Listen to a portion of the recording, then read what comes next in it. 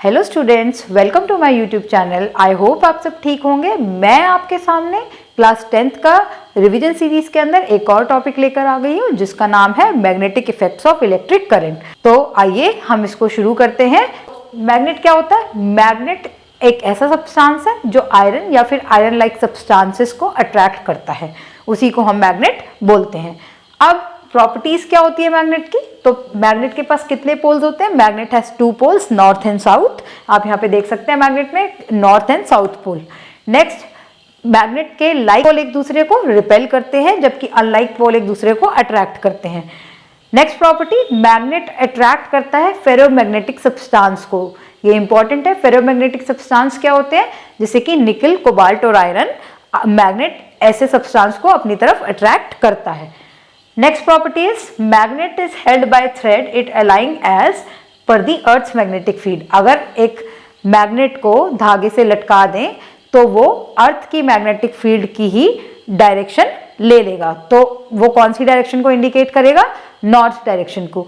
इसी के प्रिंसिपल को हम मैग्नेटिक कंपास में या फिर आप मैरिनर्स कंपास भी बोल सकते हैं, उसमें भी यूज करते हैं। उसमें हम नीडल को, कंपास की नीडल को मैग्नेटाइज करके रख देते हैं और जब भी हम उस की नीडल को देखते हैं तो वो क्या करती है?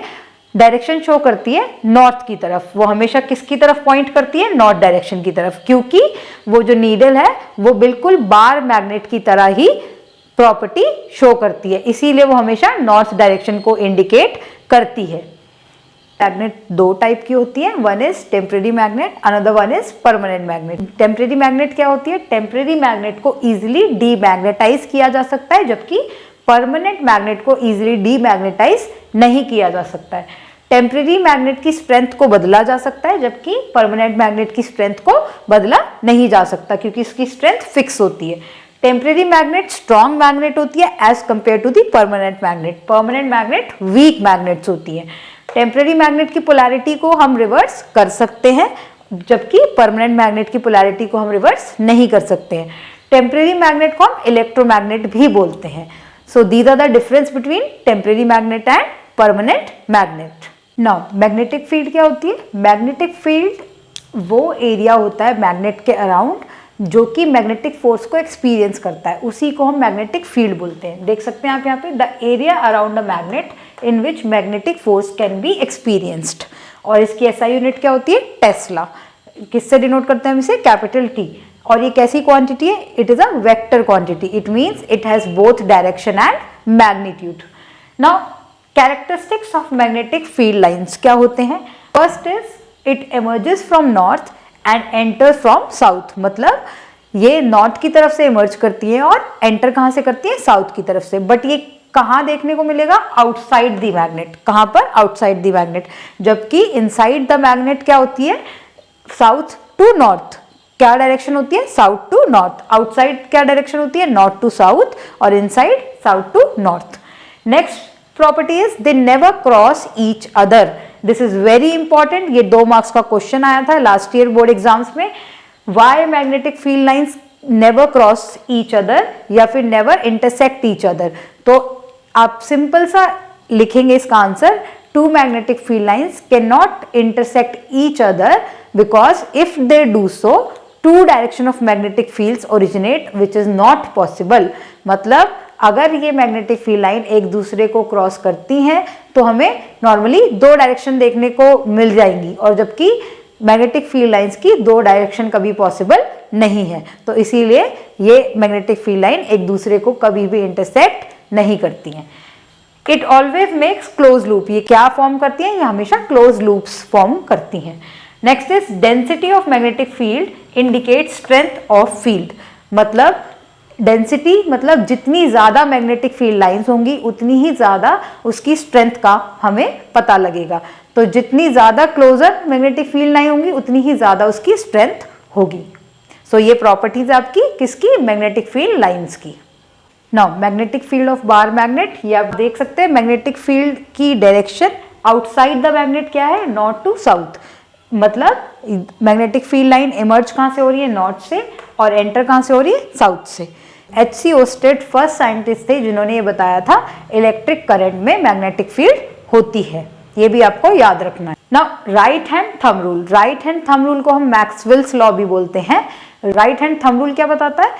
इमेजिन आपने एक स्ट्रेट करंट कैरिंग कंडक्टर को होल्ड किया हुआ है अपने राइट हैंड से, जिसमें आपका थंब पॉइंट करेगा आपकी डायरेक्शन ऑफ करंट को, जबकि आपकी जो फिंगर्स हैं जो कंडक्टर के अराउंड रैप्ड हैं वो आपको मैग्नेटिक फील्ड की डायरेक्शन बताएंगी। तो आइए देखते हैं।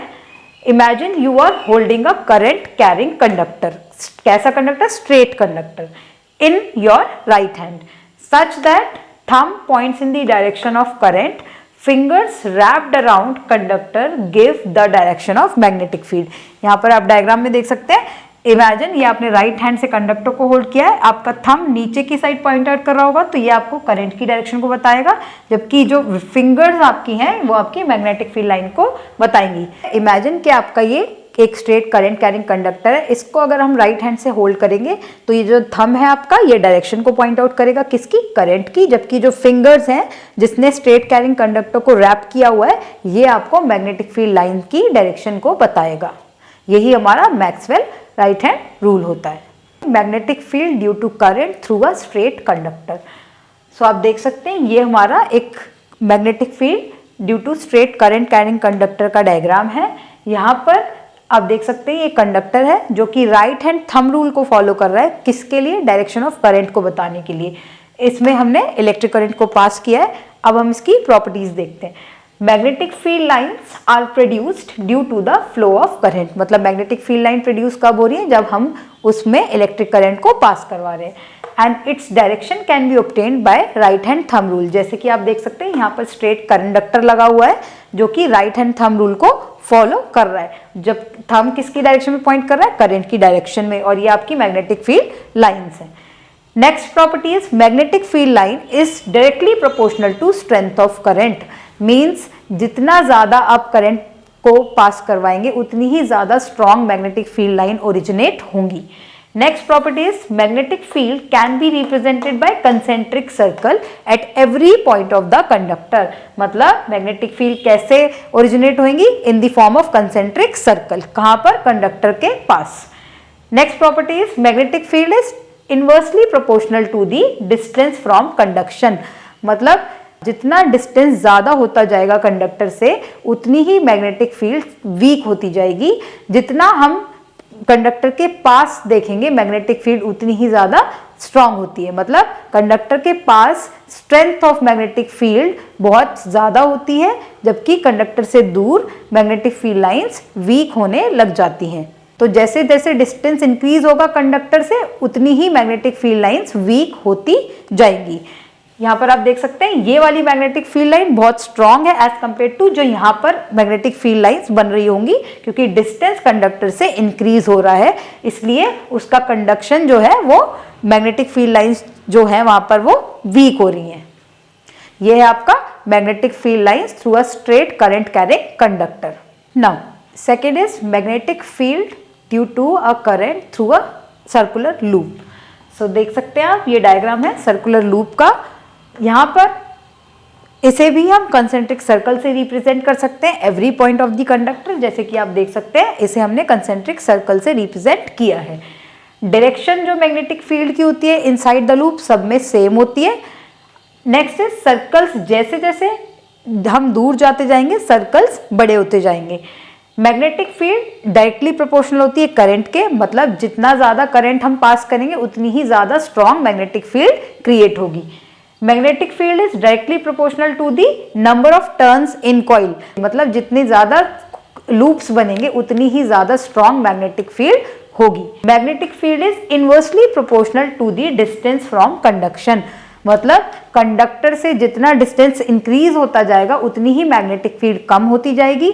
जैसे जैसे हम डिस्टेंस को कम कर देंगे उतनी ही ज्यादा स्ट्रॉन्ग मैग्नेटिक फील्ड क्रिएट होगी। सो ये है मैग्नेटिक फील्ड इन अ सर्कुलर लूप। आप देख सकते हैं यहाँ पर ये क्लॉकवाइज डायरेक्शन है, और जबकि यहाँ पर आप देख सकते हैं एंटी क्लॉकवाइज आपको डायरेक्शन देखने को मिलती है इन अ सर्कुलर लूप। आज हम इस वीडियो में इतना ही पढ़ेंगे, इसका पार्ट 2 जल्दी आएगा। अगर आपको कोई भी क्वेरी या सजेशन है तो आप कमेंट्स में ड्रॉप कर सकते हैं। अगर आपको ये वीडियो पसंद आई है तो आप मेरे चैनल को लाइक, सब्सक्राइब और शेयर करना ना भूलें। And follow for more. Thank you.